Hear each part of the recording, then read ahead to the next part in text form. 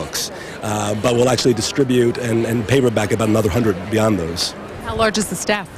88 in New Haven and 40 in London. Thank you for talking to us. Thank you. Geoffrey Nunberg looks at how modern language expresses history, politics, and culture in his new book, Going Nuclear. The program is an hour. Our guest tonight, Geoff Nunberg, is a familiar voice of linguistic wisdom. Nunberg is a frequent language contributor to NPR's Fresh Air. Right here in our backyard, Geoff ruminates on language trends at the Center for the Study of Language at Stanford. Geoff's new book, Going Nuclear, examines our language in the context of our time. In pieces with his signature wit and ear for language quirks, we read about subjects ranging from our president's pronunciation of the word nuclear and the adoption of the phrase 9/11. Each of these stories captures the tenor of American language. Please join me in welcoming Geoff Nunberg.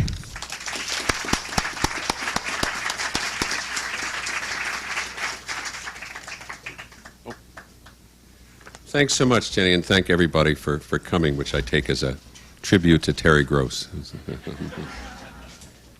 You know, when I come into a bookstore, the first thing I do, being a linguist, is go to past the travel guides and the gardening books and so on to the language ghetto at the back of the store where all of these odd books are assembled, the how-to guides like speak Yiddish like a diplomat, and the diatribes about English usage, use the correct word, you dolt, you know, those books, and all the others that are billed as treasure troves of word lore. And when I look at them, I think of a passage from Montaigne in his essay on vanity, where he's considering all of the language books published in his own age, and he writes, "What can come of chatter when the stammering and loosening of the tongue could smother the world under such a frightful load of volumes? So many words for the sake of words alone." So I feel the need to defend a collection of essays on language as another addition to that frightful load that Montaigne talks about. And the only excuse I have is that this really isn't a book about language as such, or at least very few of these pieces were written for the sake of words alone. There are some pieces on purely linguistic matters like pronouns and adverbs, but for the most part they take language as a jumping off place. The assumption here is that words can reveal sensibilities and concepts that are too evanescent or too vague to be discovered by any other means. There are pieces on business words like solutions and vision statements and technology words, and a lot of pieces on media words and everyday words like ain't or the controversial particle like. But a lot of these pieces are about the language of politics and warfare, given the times we live in. And that's what I want to talk about this evening. Let me start with a puzzle. If you pay close attention to the way people talk about language now, you're struck by a certain contradiction. On the one hand, there's never been an age that was so wary of the mischief that language can work, or so alert to the dangers of euphemism and double talk. For example, there's a piece in this book about the adjective Orwellian that was written on the 50th anniversary of Orwell's death last year in the New York Times. Now, in the 50 years since then, that has actually become the most common adjective in English that's based on the name of a modern writer. In the press and the internet, it's more common than Kafkaesque, Hemingway-esque, and Dickensian put together. It's even more common than Machiavellian, which, after all, had a 500-year head start. That isn't a tribute to Orwell's literary luster, unfortunately. I mean, the adjective doesn't commemorate Orwell the writer, Orwell the socialist thinker, Orwell the man. It commemorates the author of just 3 works, Animal Farm, 1984, and the essay Politics and the English Language, which are about the only works of Orwell's that at least Americans read nowadays. In fact, the name Orwell itself has become less of a biographical designation than a stand-in for a certain idea about the flagrant abuse of political language. You know, if you drive around, particularly in the Bay Area, you see this bumper sticker that says Bush and Orwell in 2004. And I understand what they're trying to get at, but it seems unfair to Orwell. So that adjective evokes a very common idea of the way language is used to deceive and to manipulate, an idea of the functions of political euphemism and doublespeak. It's the adjective that immediately comes to mind when we hear a phrase like collateral damage or tree density reduction for clear cutting, with the implication that language is the accomplice of a kind of totalitarian mindset and totalitarian system. It conjures up these images of newspeak and these bleak specters of Oceana and 1984. And curiously, in fact, it's outlived the specters of totalitarianism. I tracked the frequency of the word in the press not long ago, and it began to become common in the 50s and 60s, became more and more common throughout the détente period. In the late 1980s, early 1990s, when communism was crumbling, you'd figure that Orwellian would crumble as well, but it has actually increased in frequency over the last decade. And it's odd in a sense, because when communism fell, what we discovered was that for all of our fear of linguistic manipulation and newspeak and so on and so forth, socialist man was this complete cynic who didn't even trust the train schedules. But Orwellian nonetheless suggests a picture of a gullible public that isn't able to see through the tricks of language. Orwell wrote in Politics in the English Language that a reduced state of consciousness is favorable to political conformity. And that's where the paradox comes in, because that picture of how political language works on this reduced state of consciousness, this unconscious public, is undercut by the very success of the Orwellian program and Orwell's works themselves. If you look on Amazon, there are only 2 works of fiction that routinely, week after week and month after month, figure in the top 100 bestsellers. And one is 1984, and the other is The Catcher in the Rye. The essay Politics in the English Language, it struck me at one point that it's doubtless the most widely read essay about the English language. And then I was thinking, it occurred to me, it may very well be the most widely read essay in the English language as well. It's hard to get through high school and college without having to read that essay at one point or another. And in fact, it's all part of a kind of official curriculum of language awareness that everyone has to go through nowadays. But that's what leads to the paradox. In the midst of all this official suspicion and wariness, you figure that most people would be up to the tricks that people were trying to play on them with language, either political language or corporate language, and yet intuitively that's not right. If politicians and bureaucrats and corporate managers are using the language manipulatively, it's because all that skepticism turns out to be not much of an impediment to using the language in that way. In fact, the whole modern ideology of language, you could say, is really an accessory to its deceptive use. Advertisers have known this for a long time, that no audience is easier to gull than one that's smugly confident of its own sophistication. So that's a curious question as to why language works anyway. One reason is that even if we're aware of the tricks that language plays on us, we may be susceptible to them anyway. People certainly have a sense of skepticism about political and corporate language, but employers know that their employees laugh at the jargon they're turning out, champions, missions, vision statements, that sort of thing. And in fact, employers and management are very happy to participate in making fun of the language. That's one of the things that makes the corporate world very different from the world of 1984. Scott Adams, the creator of Dilbert, has a very lucrative sideline using the Dilbert character to help corporate management put these ideas across. And the fact is that it takes a singular kind of cynicism to be able to use that language without buying into it. That's more cognitive dissonance than most people can stand. When a corporate spokesperson uses downsizing or RIF for layoffs, for example, he knows perfectly well that it's a euphemism. But it nonetheless makes him feel better and may make the employees affected feel better as well. That's sort of the postmodern condition in a way. All that cynicism and irony makes us more susceptible to manipulation, not less. But there's another reason why that Orwellian program really hasn't impeded the deceptive or manipulative use of language. Forgive me.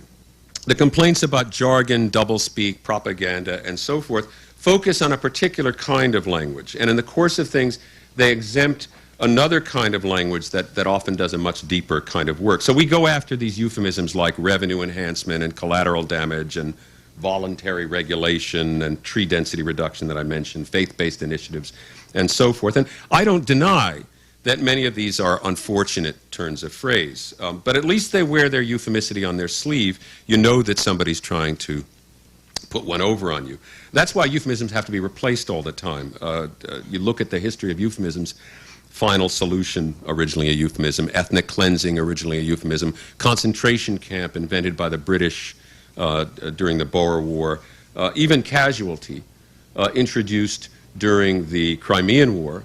Originally, the word had the meaning it has in the names of insurance companies, just an accidental loss, but used as a name for the dead in the Crimean War, and a euphemism ever since. Euphemism is sort of like waxing a floor. You have to keep adding coats as the old ones yellow. The more dangerous words are the ones we take for granted. Simple words, not really concrete words, but simple ones like values or family or protest or regime or the word bias itself. They're not words, for the most part, that seem to encapsulate a particular left or right point of view. They're words that everybody tends to use in the same way. But they often package ideas in very deceptive ways which can be hard to dig out. Let me give an example that's based on one of the essays in this book. A couple of, I think it was about last March, there was a story in the papers about a high school girl in the East Bay, 14-year-old sophomore, who decided to start at her high school a Caucasian club. She explained on CNN, which picked up the story, the kids who think they're Caucasian white, well, we're going to help them break down their heritages and teach them their culture. Now, that brought me up short. It occurred to me I probably heard the word Caucasian a couple of thousand times in my life, and I've never really thought about it, or what an odd word it is.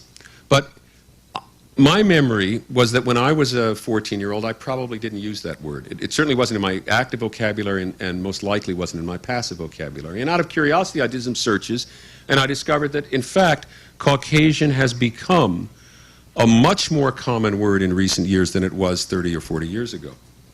In fact, what's all the more interesting about that is that Caucasian came in, it was introduced in 1776 by the anthropologist Blumenbach, along with a number of other racial designations like Mongoloid and Negroid and so forth, that now are utterly discredited and form part of nobody's vocabulary at all.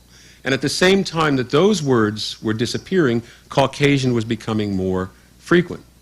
Now you ask people about the word and they say, oh well, it's a formal or scientific substitute for white, and that's why you see it in police reports and medical documents and so forth. But in fact, the word isn't and hasn't ever really been used in a purely biological way. I dug out a quote in 1947, a spokesman for the very respectable American Missionary Society, talking about Jews and Negroes moving into Caucasian neighborhoods. And it struck me that's not the way anyone would talk today, about Jews at least, that Jews are considered Caucasians. At the same time, shortly after the 9/11 attacks, Jack Cafferty, the CNN anchor, was talking on the network, and he said, it's not Arabs against Caucasians. And it struck me that went right past me at the time. And I think most people would accept that, but if he had said it's not Arabs against whites, we would have a start, because Arabs are considered whites but perhaps not Caucasian. Now, if Arabs are not considered Caucasians and Jews are, we're not dealing with a biological category. We're dealing with a cultural category in racial drag. And what Caucasian really means when you think about it is just white people who play golf. So why did this word appear suddenly? Why did this word suddenly become so much more frequent? And what work is it doing for us? Well, that's a complicated story I've tried to deal with in the book. It's in part a response to African American and an effort to create a new kind of racial identity around European origin. People are looking for a kind of cultural essence to whiteness. That young girl on CNN, as she put it, well, you ask the kids, what are you? They say white, but white, that's not a race. Now, I mention this not to make a point about racial terms, which is a complicated subject, but to make a point about the words we use. We hand them around without ever really thinking about what they mean or what work they're doing. Often, in fact, the most significant thing about words is what they allow us to leave unsaid. The function of words, you sometimes think, isn't to communicate ideas, but to keep them at a certain remove from consciousness. And in that sense, in the book, I compare them to the tin fruitcakes that people send around at Christmas time, and you get it and you don't open it, you just send it on to somebody else the next year, and so on. Nobody ever pries open the lid to smell whether it's good or not. Linguists, in a sense, appreciate this. People are not very good, we know as linguists, at telling you the meaning of a simple word like get or on, a preposition like on. And those are the words that interest linguists. I should say that the difference between linguists and ordinary people is that when ordinary people talk about how interesting words are, they have in mind words like serendipity or antimacassar, something like that. When linguists say the same thing, they're thinking about words like the. But when we're talking about a word like Caucasian, this has the form not so much of tacit or unconscious knowledge, but of a kind of repression. It's of using words on credit without knowing what they mean, the way we might use money supply or operating system or something like that. We know perfectly well what Caucasian means, or at least we know that, for example, the word includes Jews but not Arabs. And if we thought about it for a second, we'd realize it can't be the name of a racial or biological category. It's as if we're deluded about our own concepts. And that's something we see again and again, particularly with these ideologically charged words, the inconsistency between what a word means and what we tell ourselves it means. So this is a theme that comes up particularly with regard to political language. And what I want to do is talk about some of the mechanisms by which political language can accomplish this effect. How do these contradictions and discrepancies arise, and how is it that we aren't conscious of them? And in particular, I want to talk about some of the ways in which the right has been able to use language over the last 20 or 30 years to this effect. Many of the pieces deal with this in the book. There are also pieces that deal with the problems that the left has with using language, like the word fascist and so on. And if I concentrate on the right here, it's mostly because they've been much more successful at it, both at contriving language that enables them to put their message across and making that language appropriate for use in the media. And I'll talk about examples of that this evening. One tack that you can take in manipulating the use of language is what you could think of as the assumption of specious symmetry. That is to say, suppose you think of the political topography of American life, the balance that we assume between these two terms that define the political landscape, left and right on the one hand, and liberal and conservative on the other. The basic assumption in most of what we say about political discourse is that those terms are symmetrical. And that's implicit in the notion of balance itself. When Bernard Goldberg wrote his book about media bias, for example, he made a point of saying, well, have you noticed that the networks always identify conservatives as conservatives but never identify liberals as liberals, and that there's this disparity, and that means that liberals are regarded as the null case, that goes without saying, and conservatives are marked. Well, now, in fact, I actually did the counts, and it turns out that that's wrong. If you look at the way the words are used, in fact, it's liberals who are identified about 30% more often than conservatives are. Goldberg didn't offer any counts, just an observation. But what's more interesting about the claim is the assumption that if these terms are symmetrical, then a balanced treatment of the news will use these terms not just in symmetrical ways, but actually with the exact same numerical frequencies. And this is an argument you often see mounted in right-wing critiques of liberal media bias. In fact, that's not true. There have always been disparities between the two pairs of those terms, left and right, liberal and conservative.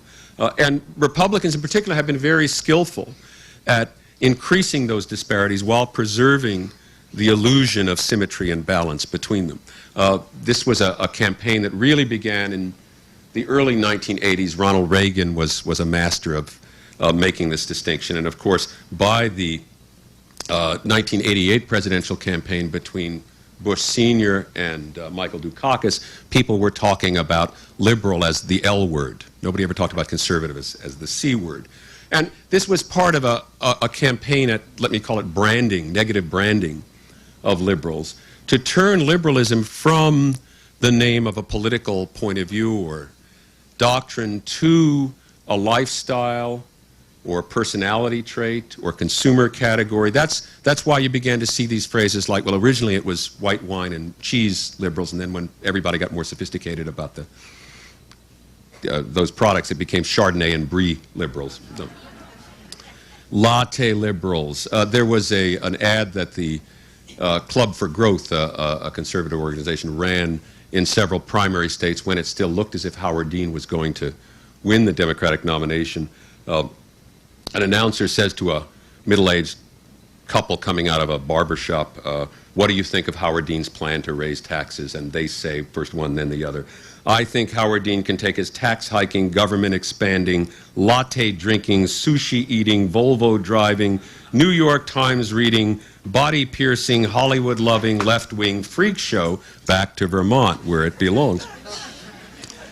Now, there's surely a kind of demographic inconsistency there. You have this picture of Marilyn Manson sitting on his porch in Rutland, reading Maureen Dowd and laughing so loud that he chokes on his unagi cone.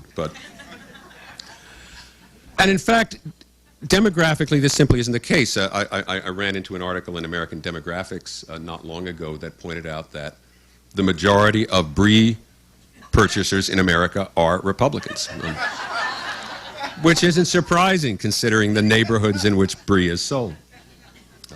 Nonetheless, that campaign, that effort at branding the liberal label, has changed the way in which everyone uses the word. When you do a search in the press, and even in the so-called liberal press, that is to say the New York Times, the Washington Post, the LA Times, and you look at the way people use the phrases middle-class liberal, middle-class Democrat, middle-class Republican, middle-class conservative, they're used in about the same proportions. When you then search on working-class liberal, that phrase almost doesn't exist. It's only working-class Democrat. Similarly, black liberal, African-American liberal, Latino liberal, and so forth. Though phrases like conservative, working-class conservative, black conservative, Latino conservative are fairly common. In fact, they're a good deal more common than phrases like working-class liberal. To believe that distribution, you would have to assume that liberals are a category restricted to the upper middle, the white upper middle class. And that, as I say, is a picture that's present in the so-called liberal press. It isn't just a question of the conservative press. That's why a large number of Americans are very uncomfortable about calling themselves liberal. When you look in the polls at the positions people take on the issues, they tend to break out in about even numbers. When you ask them what they call themselves, people who describe themselves as conservatives outnumber people who describe themselves as liberals by about 3 to 2. A similar word that's also been given this treatment is the word leftist, word with a very interesting history. But back in the 1950s, during the McCarthy period, leftist was a word that denoted something that began where liberalism ended. The left began at that point. And leftist was a very serious charge to make of someone. Back in 1954, a Wall Street Journal editorial told McCarthy to stop using the term leftist because it would discredit the Republican Party if he did that. The word became less frequent over ensuing decades, and then over the last 5 or 7 years, it's popped enormously, particularly in domestic context. It's used now, though, for just about anyone who supports abortion rights, supports Title IX, opposes the Iraq War. It's become almost a synonym for liberal. Not just Senator Kerry's called a leftist or Senator Kennedy, but Republicans like Arlen Specter and Lincoln Chafee. On the web, Susan Sarandon or Martin Sheen are about 3 times as likely to be described as a leftist as Fidel Castro is.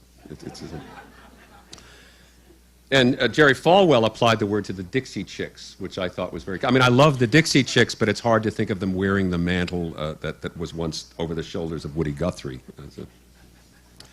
But what that does is to blur the line between liberalism and leftism in its various forms. And again, an effort to brand liberalism as being outside of the political mainstream. In fact, you sometimes see those terms reversed now. An article in a Florida paper a couple of months ago described the Academy as full of extremely liberal leftists. Now, I saw that, I thought, well, there was a time we would have thought of that as a dyslexic formulation, it would have been extremely leftist liberals, but the two words have become almost interchangeable now.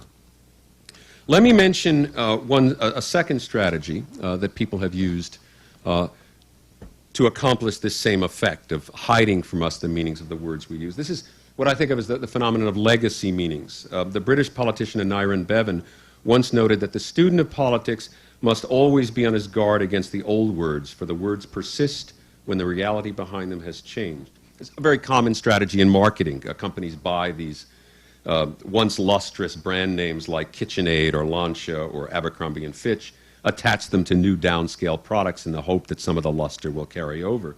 And it's also a very pervasive theme in political discourse. The term special interest, there's a piece on in this book, is a term whose meaning has changed enormously since it was used in the progressive period. And in particular, it's been a strategy that the right has used to great success in appropriating and neutralizing the language of liberalism, of the civil rights movement, and of the 60s movements. That's really what compassionate conservatism comes down to in the end, is being able to use this language in new ways. Words like colorblind, for example, were once the exclusive property of the left, now have moved to the right. When you listen, for example, to Newt Gingrich talking about a basketball game that the Chicago Bulls beat the Utah Jazz, this is the example for our society to follow. Gingrich says, a group of individuals so focused on a common goal of winning that they don't have to worry about what color the other guy is. They just pass the ball back and forth. Now, what's interesting about that is it is, in fact, the very rhetoric you would have heard in what were called the problem films of the 50s. I don't care whether the guy's black or white or polka dot, I just care whether he's a good doctor.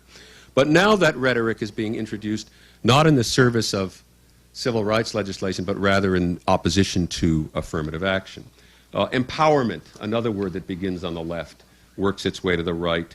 Inclusiveness, Bush talking not long ago about Senator Santorum after his remarks equating homosexuality with bestiality, described him as a very inclusive man. Well, sure. President Bush asked Congress to pass a faith-based initiative program so that, I'm quoting, people of faith can know that the law will never discriminate against them again. Now, you could, in fact, argue that the Constitution does, in fact, discriminate against establishments of religion. I mean, it's right there in black. But nobody would have ever thought to put the word using the word discrimination before recently, when again that word was appropriated to describe policies very different from the ones that it originally named.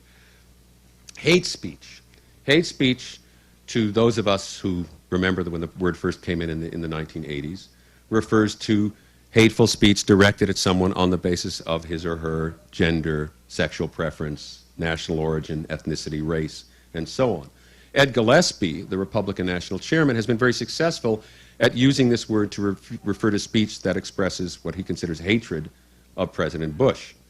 So Representative Gebhardt's description of Bush as a miserable failure is branded as hate speech by Gillespie and the Republican National Committee. Again, using the word in a new sense, but trying to retain the old valence in the same way in which people still trying to get you to believe that KitchenAid is this high-end kitchen product. Let me give a third example, and then maybe I'll read one piece and bring this to a close. Political rhetoric doesn't just make itself known in these potent words like special interest and discrimination and bias and so on, the big words that obviously are doing a lot of the heavy lifting in political discourse. But you can also hear it in the syntactic patterns and the little words that function to orient our discourse. An example in a piece that was actually in an earlier collection I did, when you listen to right-wing talk radio, which being an angry white guy myself, I do a lot on the way up 280, you notice that the speakers, both the host and the callers in, often begin their utterances with C, as in, C, Kerry isn't actually going to say the war was a mistake. C, the Democrats don't want you to know that such. When you listen to, well, left-wing radio, there isn't a lot of around here. When you listen to KPFC, you hear the same sentences produced, but with the introductory particle, look. Look, Kerry isn't going to say that the war was actually a mistake. What's the difference between those? Well, C is a way of cluing someone in to something. and letting them in on the circle. Look is a way of appealing to shared assumptions. Those two words, as small as they are, imply very different ideas about the nature of the conversation that's going on over these media, and different ideas, in fact, about what the medium, talk radio, is all about. Another point that makes that same point, and there's a piece in this book about this, if you listen to Rush Limbaugh, one of the striking things, and this isn't true just of him, but of many right-wing radio show hosts, and also a number of shock jocks, he addresses his audience in the plural. It's always, I'll tell you what, folks, or you ditto heads out there, or some of you out there may say. Now, that form of address suggests the presence of a group of people, but it's an audience, not just a listenership. It has the effect of creating an us and a them, and it turns radio into a kind of crowd phenomenon, like a concert, where one naturally subjects one's individual judgments to a sense of solidarity with a group. It's not very frequent on TV, except on Fox. You'll hear Bill O'Reilly every once in a while using that. O'Reilly says, "You guys have made me the poster boy for the American dream." But usually what we hear on network TV is the singular. You know, up next, protecting yourself from internet scams, or should the tires on your car have an expiration date, not your cars have an expiration date. And that's the standard form of address in traditional reporting, and in fact in traditional fictional writing. Charlotte Bronte doesn't begin the last chapter of Jane Eyre by saying, "Readers, I married him." That would really change the tone of the work. What this language shows, and again the right has been very adept at it, is an appreciation of how language can be tailored, or has to be tailored, to the medium. And the great master of this was Ronald Reagan. I did a piece in the New York Times last Sunday talking about Reagan's extraordinary ability to understand how to coordinate his language with the media and really change the form of presidential communication. If you listen, for example, to the last presidential debate of 1980 between Reagan and Carter, the candidates were asked to make their summary remarks. Carter began his statement by referring to the voters in the third person. "The American people are facing next Tuesday a lonely decision," is how he began. Reagan understood that the real audience of the debate wasn't the reporters or the studio audience, but the audience at home.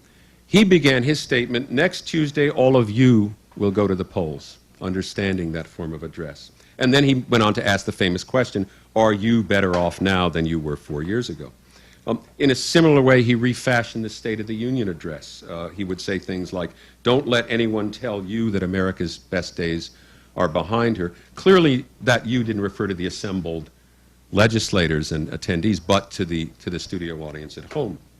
He had an intuitive understanding of how to use the language in a way that was appropriate to the media. Now, his style was often described as conversational, and it's certainly true that he used informal language in a very strategic way.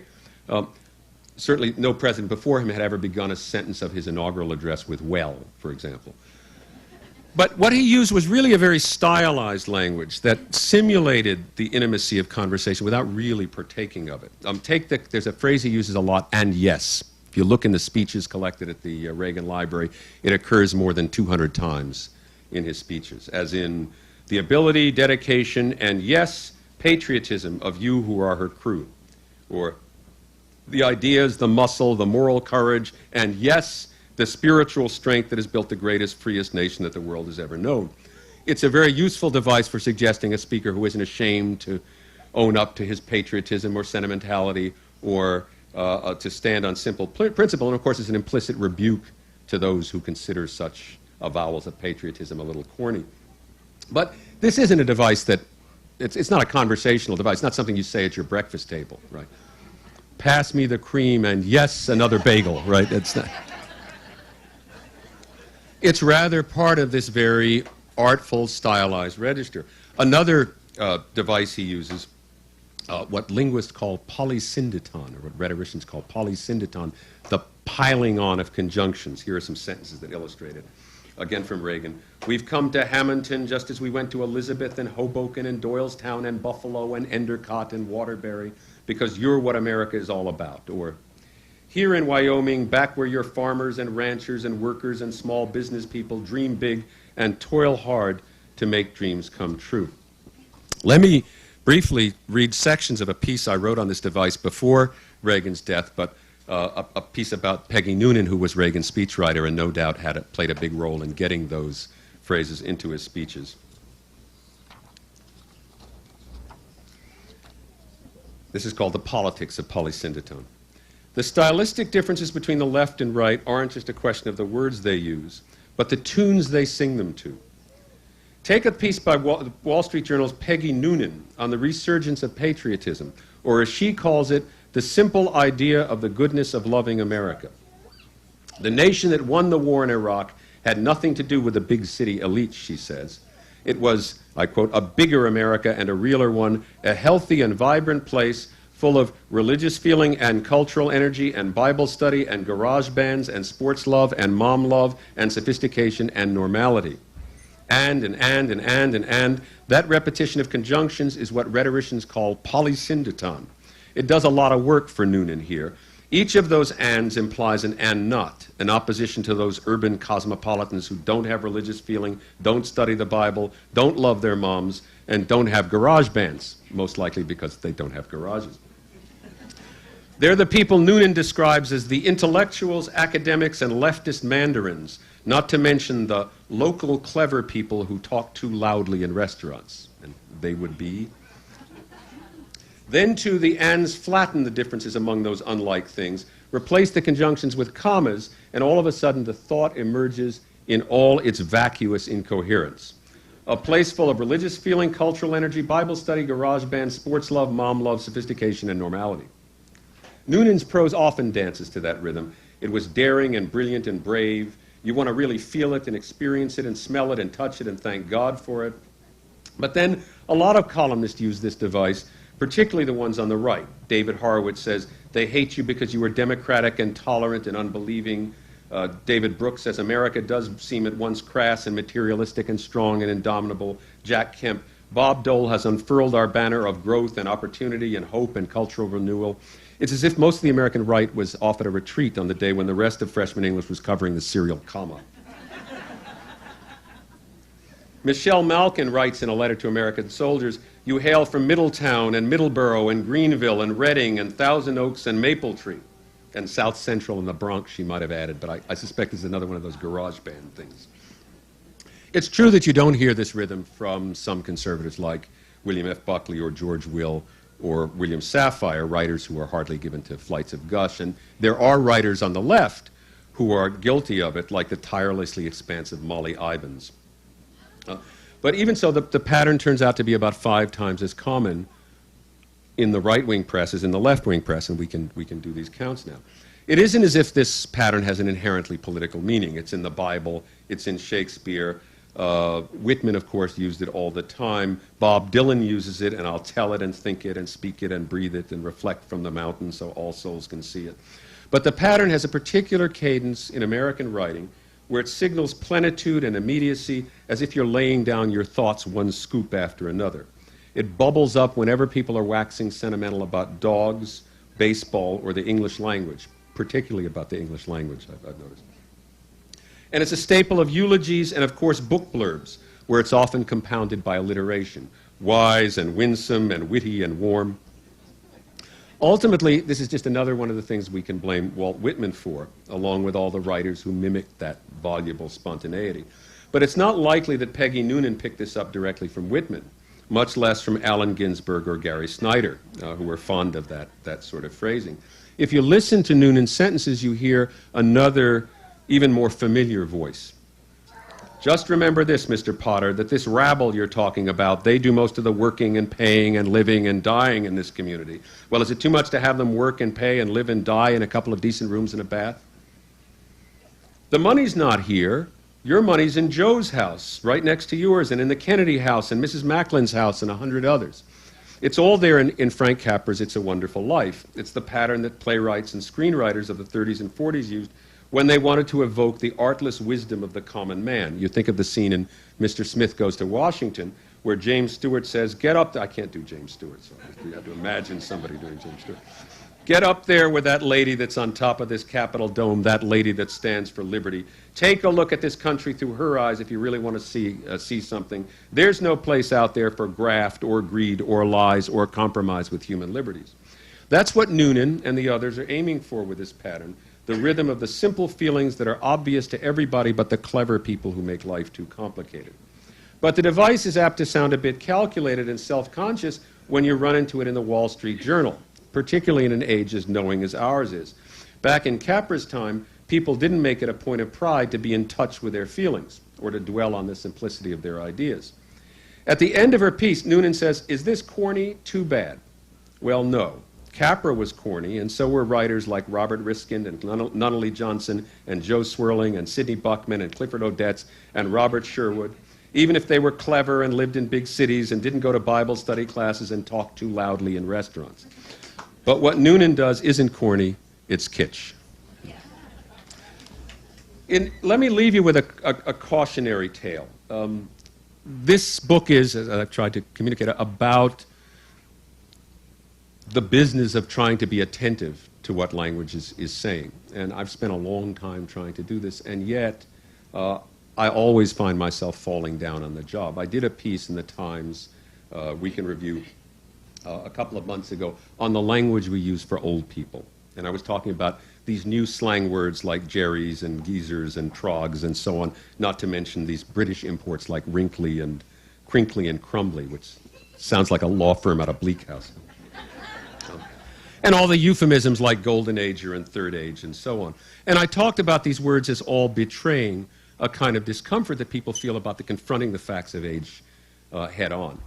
And after the piece appeared, I had some very nice letters, including one from someone who publishes a newsletter dealing with the problems of age in America. And he said, look, I love the piece, but there was one sentence I was unhappy about. And I'll read you the sentence. It was, "But some people have worried that the connotations of the word boomer might become more derogatory as people over 65 come to constitute a quarter of the population, increasing the economic burden of Social Security." And he said, well, why did you use burden? Would you have used burden of the economic burden of Head Start or the economic burden of primary education? I wrote him back. I said, no, you're absolutely right. In the middle of a piece written about the way in which certain attitudes toward age are implicit in the language, which I then submitted through the whole careful process of New York Times editing, this word just sailed right through and nobody noticed it until he brought it to my attention. And it reminded me of what the linguist, the late Dwight Bollinger, once said about the problem of being aware in language. It's like building a fire in a wooden stove. Nonetheless, I think it's something we have to try to do. So thank you very much.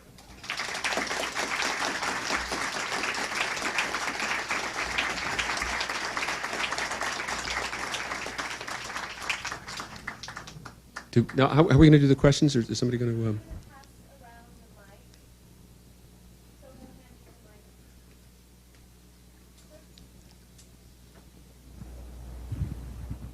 Yes, thank you. How do you do the, what technology do you use to, it's not working, right? I'll repeat the question. Go ahead. What technology do you use to do these word counts? What technology do I use to do the word counts? Graduate students? Would that it were so. There are enormous numbers of databases available now, from press databases like Nexus. We have all of the New York Times and the Wall Street Journal going back to the first days of publication. We have huge collections of 19th and 18th century novels and poetry and so on. Depending on what you're interested in, you can usually find a means of doing counts that give you information that you would have had you would only have been able to make subjective judgments about once upon a time. It also is an extraordinary way of scooping the OED. If you look in the OED, which was based on a couple of million citations in all for all of the words in the English language, it's very often the case, particularly with recent words, that their first citation of a word will be 10 or 15 or even 50 or 100 years later than you actually find it. I did a piece on the word protest. This was in connection with the rights use of protest, pro-war protest, which was a phrase that interested me. And I was interested in when protest march first came into the English language. The OED gives the first date as, I think, 1961, after the Ban the Bomb, the Committee on Nuclear Disarmament in the UK. look in the journals and newspapers, and you find, in fact, that protest march was being used back in 1912 to describe the marches that Gandhi organized in the Natal in South Africa. So the short answer is that the technology has completely changed the way in which we do research on the history and use of words. Do we have a mic going? Yeah. We'll vamp while we're waiting for the mic.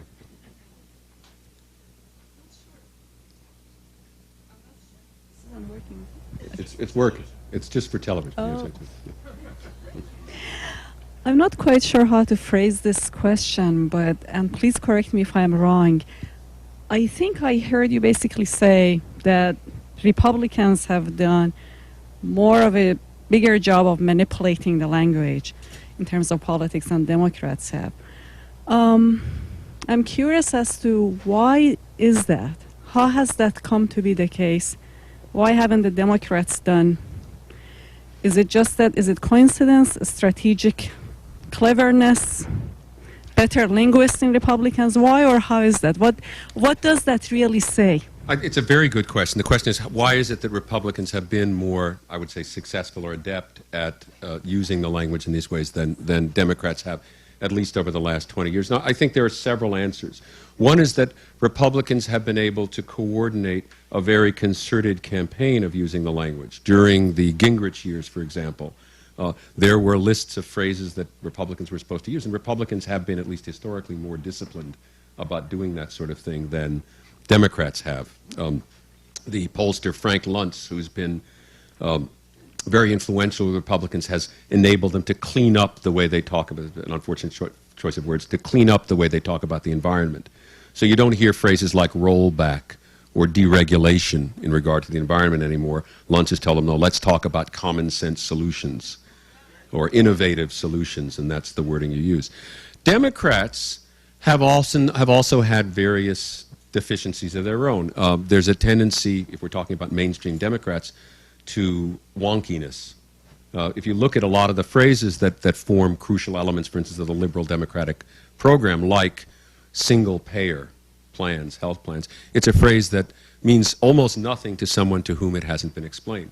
Now, I think Democrats are being more skillful, certainly in this campaign, all of the primary challenges. For one thing, a point I didn't discuss here, the Republicans have taken over pretty much the language of values in America. In fact, the word values itself, if you do a search again in these three liberal papers, you find that the phrase conservative values is anywhere from 4 to 5 times as frequent as the phrase liberal values in domestic political context, as if to say that really conservatives are the only ones who have values. Democrats in this last primary season have been very strong at using the word values, at using the word morality, at using that language and trying to recapture that language, the language of patriotism as well. Kerry has been deliberately trying to use the language of patriotism. So it may be that this balance can be redressed, but it also has a lot to do with the way the media cover these stories, and that's another story. Yeah.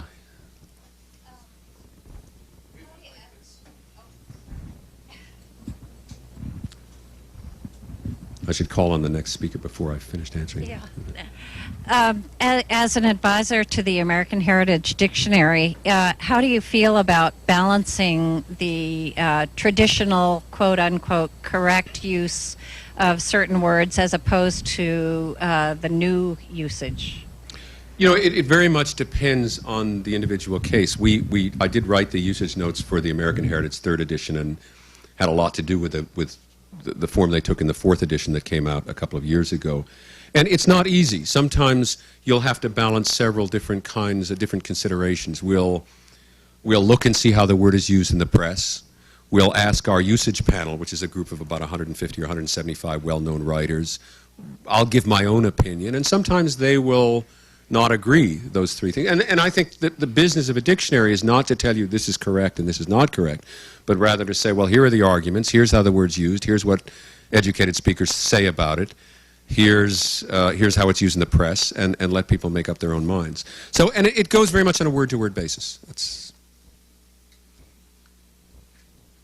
in the back here.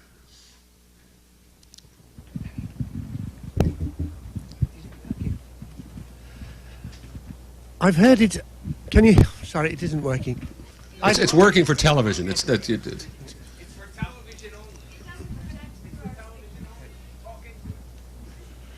I've heard it said that you cannot have a private language. And I wonder in America you're referring to left and right. And I thought your talk was marvelous. But if you look at human history and human civilization going back hundreds of years, one might say that the Democrats and the Republicans, possibly the Republicans are the loony far right and the Democrats are the sort of center right, and you haven't got a left. And if you look at the consequences of both parties in terms of the prison population, the respect for teachers, the pay of teachers, even in California, the richest place on earth probably, you wonder what these words mean. The question is, what could these words mean given the way conditions are in America? What could these words left and right mean? And I can only give you a linguist's answer and say that it's an interesting linguistic situation and an interesting topography that we've mapped out. No other nation on earth makes this twofold distinction, left and right, liberal and conservative. It uses both pairs of terms. And no other nation defines them quite as Americans have. And that's something that really only took shape during the Roosevelt years. Before 1932, this way of thinking about the political landscape really wasn't at all the same. So it's very difficult, for example, for French or Italian or German newspapers to describe when they want to talk about liberals in France. If they say liberals, they'll mean European liberals, which is a very different thing, or even in the UK. They'll say the center left, or they'll say, but locating the American political spectrum on that European scale is very difficult, and that's why it's particularly difficult to talk about the center of gravity moving one way or the other. Over here. I hope I'm not going to make this political in the sense of who I'm against. I sense that politicians are now parsing their sentences so they are exactly correct, but totally misleading. How does one talk about that style of a speech? I don't want to say he's lying, whichever, but I want to say that statement is absolutely bad. What's a linguistic way of... I don't know that there's a linguistic way of doing this. If you think about the tendency to use this cautious speech, euphemism, circumlocution, whatever, in a certain sense it's the tribute that we pay to veracity. You know, there was a time when people used to simply lie, right? And now they're much more careful about it. And I think a lot of the changes in political language, whether in the way it's used or the form it's taken or the way we perceive it, have a lot to do with the fact that so much more of it is covered, and covered by broadcast media in real time rather than being covered in the press.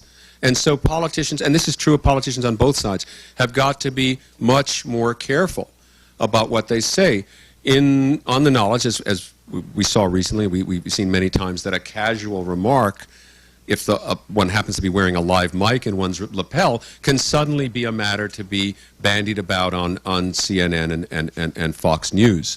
It's also, I think, the reason why we perceive the political debate, one of the reasons, as being so much more vituperative than it used to be. In fact, there's a history of contumely and division and vituperativeness in American political debate that goes back to the time of Jefferson and Jackson and Lincoln and so forth. But the main difference now is you can turn on the radio and you can hear this 24/7. You know, let me have vituperation of the left, and you just push button 1. Let me have vituperation of the right, and you push button 2. It's all around us in real time, and that really has changed, I think, our perception of the nature of political discourse.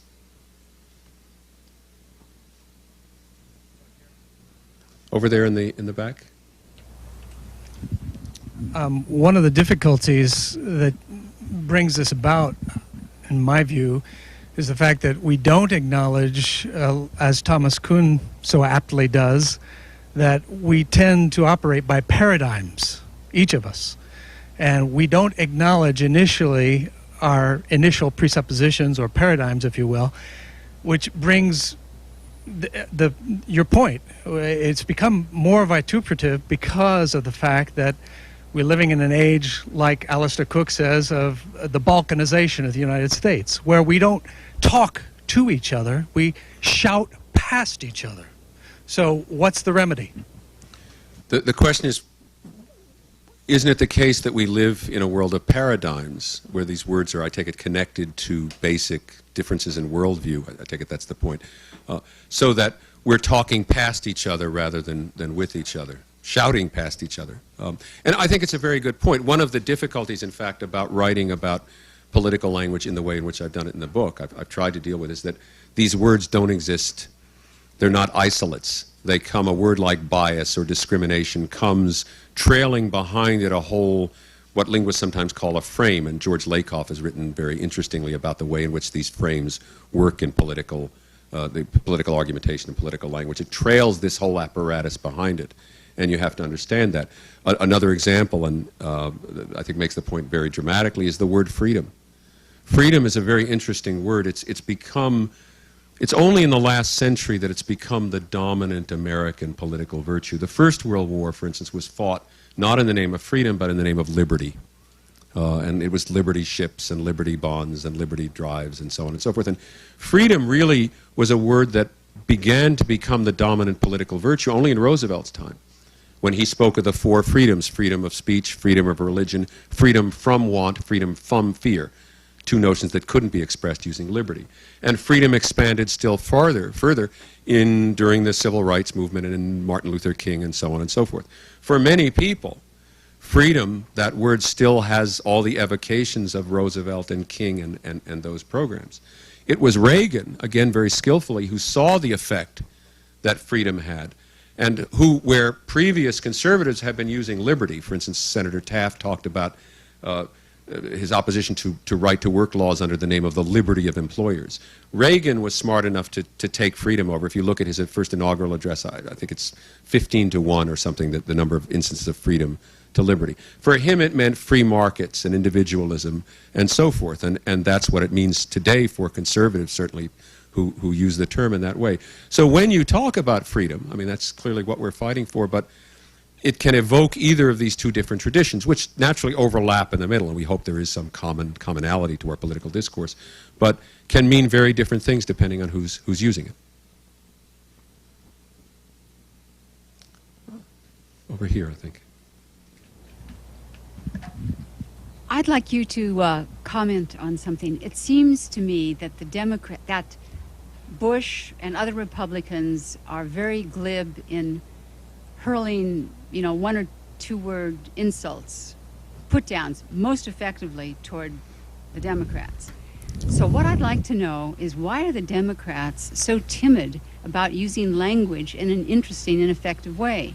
I think they're afraid to play, and I'd like to know why.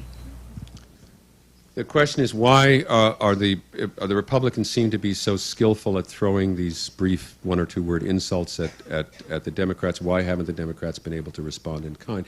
Here again, I think if you look at the rhetoric of the Democratic primaries, at Dean and Gebhardt and others in the Democratic primaries, they were quite skillful. I mean, miserable failure, sort of says it all, if that's your point of view.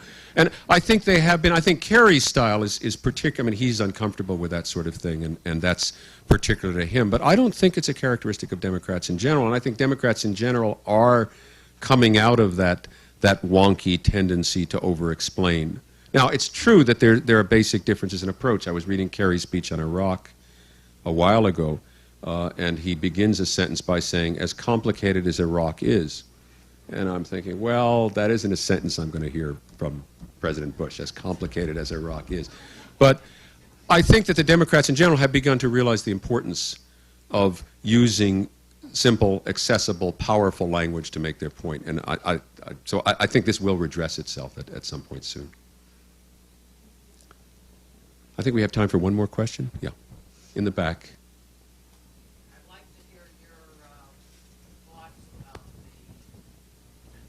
Use of W to refer to our president. I think it's quite prejudicial. The thoughts about the use of W to refer to our president? W. You know, presidents have had affectionate nicknames, and I think that began its life as an affectionate nickname, although it's been colored by other attitudes.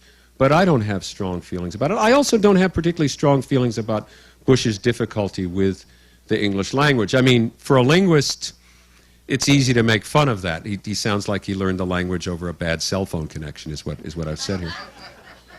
But those are pretty venial errors, and lots of people who run very important organizations very skillfully make similar errors. I think there are other things of which Bush in particular is culpable linguistically, but they're on the order of, I make a distinction between, they're on the order of thinkos, not typos. So perhaps we can stop with that. Thank you very much.